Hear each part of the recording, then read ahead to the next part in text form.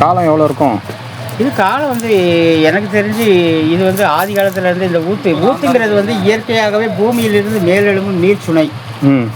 அதை தான் ஊத்துன்னு சொல்லுவாங்க. அப்படிப்பட்ட ஒரு இயற்கையாகவே மேலெழும்புற ஒரு ஊத்து சுனையில் வந்து இருக்குது. ஊத்து சுனை வந்து ரொம்ப முக்கியமானது என்ன அப்படின்னா, இது வந்து வாதம், பித்தம், கபம்னு சொல்கிற உடலுக்கு நோயை விளைவிக்கக்கூடிய இந்த 3 விதமான வாயுக்கள்ல இருந்து இந்த நீர்நிலைகளில் குளிக்கிறதன் மூலமாக அதை எல்லாத்தையும் கட்டுப்படுத்த முடியும். அப்படி கட்டுப்படுத்தினாலே உடல் வந்து ஒரு யோகத்துக்கு தயாராகிடும். அதைத்தான் இந்த முனிவர்களோட சிற்பங்கள் மூலமாக இங்கே வடித்து வச்சுருக்கிறாங்க.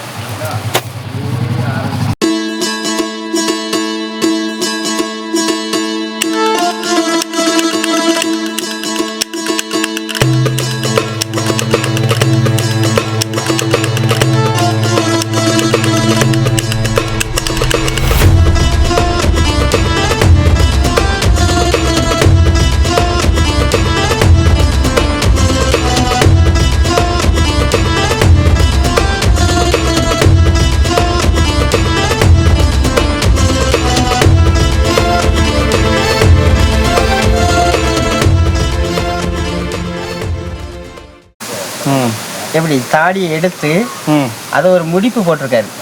முடிச்சு மாட்டி போட்டிருக்காங்க தாடியா? சரிதா இந்த சிற்பத்தில்? இதுவும் யோக கலை சிற்பங்கள் தான். அதாவது இந்த பகுதி மொத்தமும் யோக கலையோட பிறப்பிடம். அதாவது யோக கலையின் தந்தை வந்து பதஞ்சலி முனிவர். பதஞ்சலி முனிவரோட தந்தை வந்து அத்திரி முனிவர். அத்திரி முனிவர் வாழ்ந்தது இந்த தென்காசி மாவட்டம் தான். அதனால தான் இங்கே இருக்கிற சிற்பங்கள் அனைத்துமே பெரும்பாலும் யோக கலையை மையம் கொண்டே இருக்கும். இதெல்லாம் யோக கலையின் உயர்நிலை பெற்ற சித்தர்களோட சிலைகள்.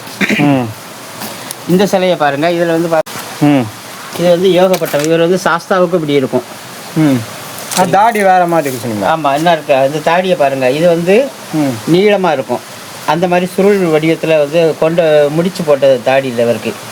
இவரோட ஹேர் ஸ்டைல் பாருங்கள். நம்ம நீக்ரோக்காரங்க தலையில் வச்சுருப்பாங்களே அந்த மாதிரி இருக்கும் இதில். ஆனால் இவங்க எல்லாருமே யோக கலையின் உச்சத்தை தொட்டவங்க. அதனால தான் இந்த இது அமைச்சியார் ஊத்து அப்படிங்கிறது வந்து இது வந்து ஒரு தாய்வழி சமூக தெய்வம் இருந்த இடத்துல இவங்க வந்து இந்த யோக கலையை கற்றுக்கிட்டு இங்கேயே அமர்ந்து எப்போவும் இறைவியை வணங்குற மாதிரியே இதை ரெடி பண்ணியிருக்காங்க. இந்த கோயிலில் இருந்த சிற்பங்கள் எதுவும் இல்லை. இப்போது இந்த மண்டபத்தில் இருக்க இந்த 2 சிற்பங்கள் மட்டும்தான் மிஞ்சி இருக்கு.